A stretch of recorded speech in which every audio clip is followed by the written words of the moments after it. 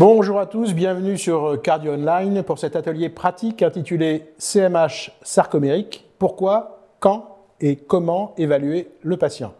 Je suis le professeur Albert Agèche, cardiologue à l'hôpital européen Georges Pompidou à Paris, et ce soir j'ai le plaisir d'être avec le docteur Catherine Sportouche de la clinique du Millénaire à Montpellier et le professeur Nicolas Lamblin du centre de référence cardiomyopathie du CHU de Lille. Bonsoir à vous deux. Bonsoir Albert. Voici nos liens d'intérêt aux uns et aux autres. Alors, durant cet atelier, nous allons discuter des enjeux liés à la réévaluation régulière des patients diagnostiqués d'une CMH sarcomérique. Nous allons partager les éléments cliniques, biologiques et d'imagerie qui font partie de l'évaluation régulière de ces patients et échanger sur l'adaptation de la prise en charge thérapeutique à l'issue de cette réévaluation. Alors, durant cet atelier, on va échanger autour d'une situation clinique d'un patient réel que Catherine va nous proposer. Et Catherine, je vous propose de nous présenter ce patient.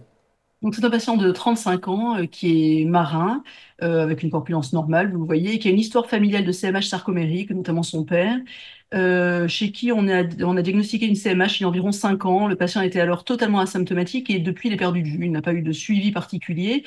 Et là, il se représente en consultation parce qu'il est essoufflé, alors qu'il est quand même assez sportif. Il fait des arts martiaux et de la course à pied. Et il est en classe 2 de la NYHA, donc dyspnée d'apparition récente. Et il se pose la question, effectivement, de quoi il retourne.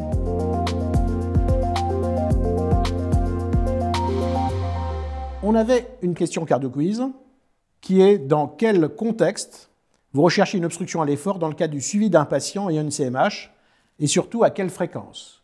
Donc, uniquement dans les formes initialement obstructives mises sous traitement pour diminuer l'obstruction, environ 10%.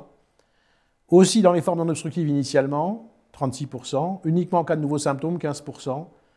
Une fois par an systématiquement, tous les 2 ans ou tous les 5 ans, mais il y a du monde qui vote pour. Qu'est-ce que vous en pensez, Nicolas, peut-être, de ce genre de réponse là, ou Catherine?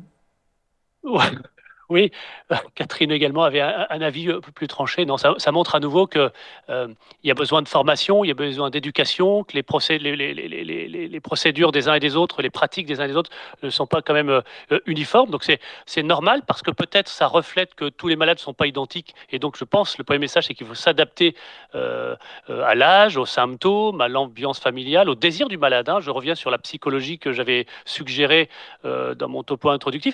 Il y a des malades qui sont très anxieux et qui ont besoin d'être évalués souvent, et d'autres à l'inverse qui veulent être laissés tranquilles lorsqu'ils ne sont pas symptomatiques. Donc voilà, ça reflète peut-être que chaque malade est différent et qu'on doit l'écouter et s'adapter, mais ça reflète aussi peut-être un besoin quand même d'un niveau de preuve plus élevé pour savoir si ces examens sont indispensables aussi régulièrement, et puis un besoin enfin, troisièmement, de formation des gens qui nous écoutent.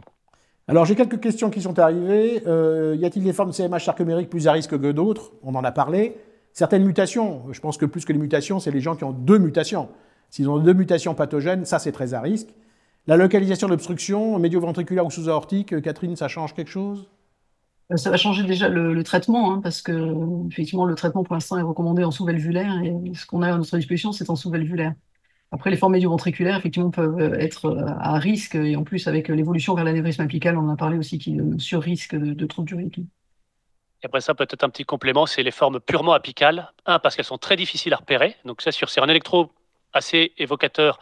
Dès qu'on ne voit pas bien l'apex ou dès qu'on a un doute, il faut bien sûr, encore plus que pour les autres, aller à l'IRM.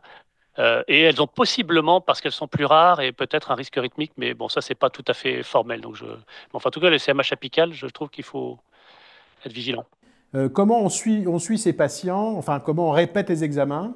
D'abord, il faut les évaluer en cas de modification des symptômes, bien évidemment, systématiquement, et les évaluer systématiquement aussi tous les 1 ou 2 ans. En général, on le fait tous les ans, habituellement, avec un examen clinique, une écho et un Holter ECG.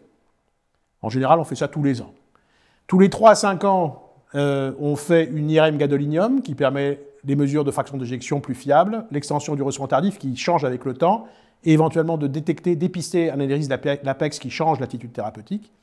Les biomarqueurs, ils ne sont pas encore tout à fait dans les habitudes, mais est-ce qu'il faut les faire annuellement? Je ne sais pas, c'est pas ce que vous faites, mais on les fait volontiers au moins une fois par an, BNP et troponine. Ce n'est pas de bon pronostic quand ils sont élevés en chronique.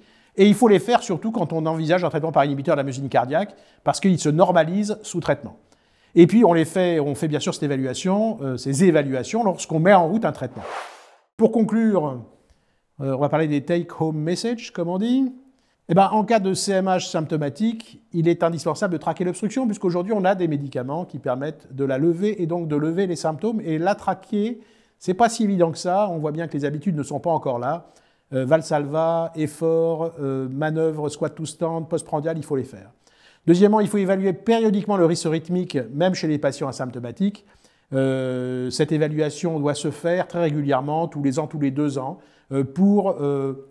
parce qu'un patient qui est asymptomatique peut avoir un risque rythmique qui, au départ, est faible et qui peut se changer avec le temps. Et en général, il est au départ plus élevé qu'avec le temps, puisque l'âge jeune est un risque rythmique en soi, et c'est un élément essentiel d'ailleurs du risque rythmique.